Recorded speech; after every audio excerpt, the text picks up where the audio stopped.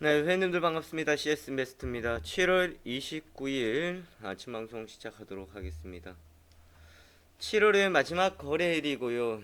장중 6시간 거래되던 것의 마지막입니다. 이제 다음 주 월요일부터는 거래 시간 30분 늘어나면서 3시 30분까지 정규장이 거래가 됩니다. 6시 30분 6시간 30분 거래가 된다라는 점 참고하시면 될 것 같고요.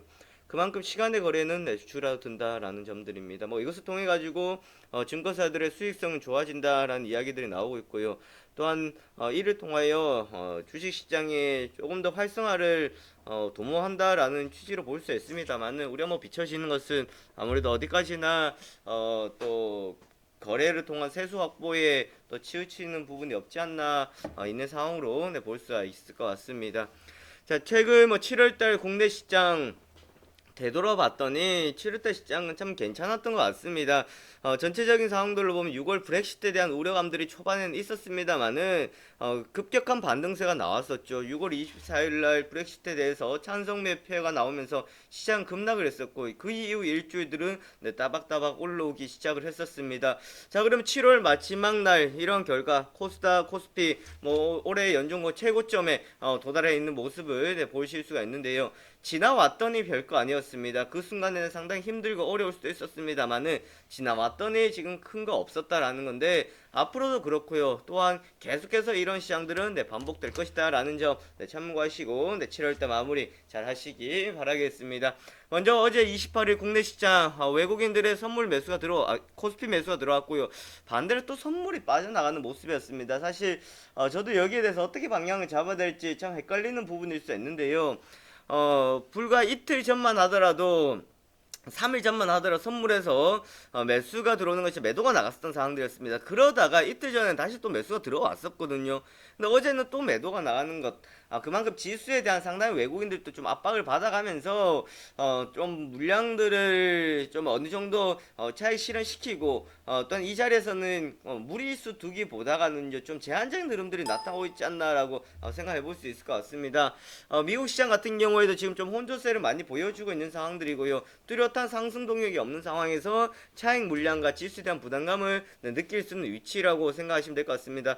그런데 어제 원달러 환율은 9원 80전 원화의 강세를 나타내는 상황들이었는데 외국인들은 매수가 지속적으로 유입되는 뭐 그러한 영향들도 아무래도 있었습니다만은 또한 FOMC에서 예상을 했었습니다만 금리 인상이라는 것 안 했습니다. 지금 추가적으로 봤을 때 나오고 있는 이야기는 뭐 9월달이냐 12월달이냐 이렇게 이야기가 나오고 있습니다. 11월달 같은 경우에는 이제 대선이 있기 때문에 대선을 일주일 앞둔 탓이기 때문에 뭐 금리 인상에 대한 그런 이야기는 나오지 못할 것 같고요. 9월달 아니면 12월달 같은데 아무리 대선이라는 이슈가 있다 그러면은 이거를 하기 전에 마지막 시장에 대한 불확실성을 안겨놓고 금리 인상을 하고 대선으로 가는 것이 아니라 그런 영향을 본다 그러면 뭐 12월 될 가능성이 상당히 클 것 같은데요. 이건 역시도 여전히 불확실성이다라는 겁니다. 어쨌든 시장이 예상이 되었습니다만은 금리 인상을 하지 않으면서 원화의 강세가 나타났다라는 점은 좀 참고하시면 될 것 같고요.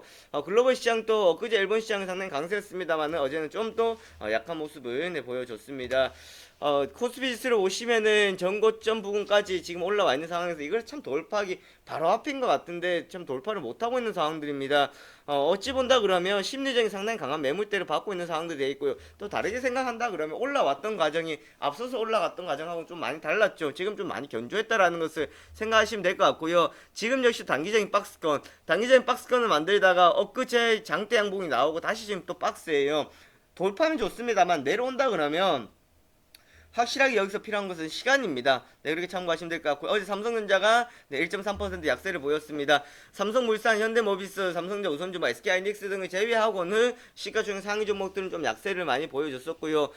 또한 투신권의 매도 물량들은 장마판 가면 좀 줄어졌습니다. 어제 초반 같은 경우에 계속해서 이제 매도 물량들이 빠져나가는 상황들이었고요. 막판까지 가면서 이제 570억, 그제 또 많이 나갔습니다. 사실 어제 흐름이었다 그래 뭐 1000억까지 나올 수 있지 않았냐 또 생각할 수 있었는데 마지막에 조금 줄여주다 동시호가 때 부근에서 또 한 번 더 나가는 상황을 볼 수가 있었는데요. 그제 투신권에서 또 매도가 나가는 상황들을 봤을 때 기관들은 여전히 매도 물량, 매도 나가는 흐름들은 나타나고 있다라고 참고하시면 될 것 같습니다. 초반에 강력한 좀 차익 물량이 나오면서 네, 하락세를 나타냈었고요. 그다음 추가적인 하락은 없었습니다. 그런데 시장의 움직임 조금 지지부진하게 흘러가는 것처럼 보일 수 있었는데요. 하지만 초반에 하락을 멈춰줬다라는 것은 뭐 시장이 상당히 흔들릴 만큼 그런 분위기는 아니다라는 겁니다. 그냥 좋잖아요. 괜찮잖아. 그런데 이런 시장 상황 속에서 이제 조금만이라도 내려오면은 또 혹시나 작은 음봉 하나에 무너지는 우리의 심리라고 보시면 될 것 같고요. 삼성전자 갤럭시 S7 판매 증가를 2분기 영업이익 8조 1,400억 원이다 해서 오늘 목표가 보니까 뭐 170만 원, 180만 원 삼성전자에 대한 상당히 지금 긍정적인 이야기들이 많이 나오고 있는데요. 항상 이럴 때마다 삼성전자 그때부터 공매도 물량들이 나오면 주춤했던 것을 볼 수 있었는데 자 이번엔 또 어떨지 한번 봐야 될 것 같고요. 어제 단연 돋보였던 게 현대중공업이었습니다. 현대중공업과 현대미포조선 정유 엔진기계 해안플란트 실적에서 어닝 서프라이즈였습니다. 특히나 현대오일뱅크의 실적 영향들이 컸었고요. 초반에 예상치가 영업이익이 1000억 원 후반대를 예상했습니다만은 뚜껑 열어봤더니 네 4000억 이상 5000억대의 영업이익이 나왔다라는 겁니다. 그리고 그 전에 워낙에 못 나왔었기 때문에 이번에 실적이라는 것이 뭐 또한 주가에 상당히 긍정적인 영향을 주면서 주가가 네, 올들 역시나 최고가를 기록을 하고 있습니다. 삼성 엔지니어링 2분기 실적 부진, 화공 바이오 수주로 하반기 개선 기대가 있다라는 이런 상황인데요. 지금 실적 발표 나올 때 볼 수 있는 뉴스들이 몇 가지 있습니다. 예상치보다 부합했다, 예상치보다 못 미쳤다라는 이야기도 있겠고요. 지금은 부진했으나 하반기는 좋아질 것이다라는 뭐 앞으로는 좋아질 것이다라는 그런 메시지를 던져주는 것도 있습니다. 여기에서 판단은 결국 우리 몫에 달려 있습니다. 자, 엊그제야 뭐 괜찮다 했던 LG 생활건강 같은 경우 시장이 급락을 했고 어제 반등이 나왔습니다만은 반등 제대로 못 나왔죠. 왜? 하루에 그렇게 물량을 때려보는데 그것도 어떻게 반등이 나오겠습니까? 자, 이러한 것들이 있을 거고요.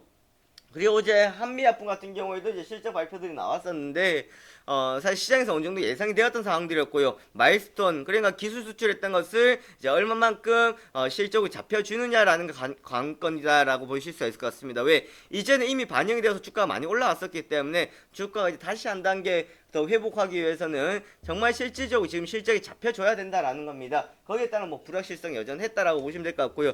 그 흐름 때문에 약세를 보였었지만 어제 실적 발표가 나오고 다시 또 좀 소폭 반등을 해줬습니다. 경방 네 주식 분할을 했었고요. 뭐 파미셀 심장질환 주기세포제 하티셀그램 보험약가 신청에 이슈가 됐었습니다. 그리고 코스닥은요 지금 뭐 단기적인 좀 많이 주춤하고 있는 상황들인데요. 하지만 뭐 추세는 여전히 달고 가고 있는 상황들입니다.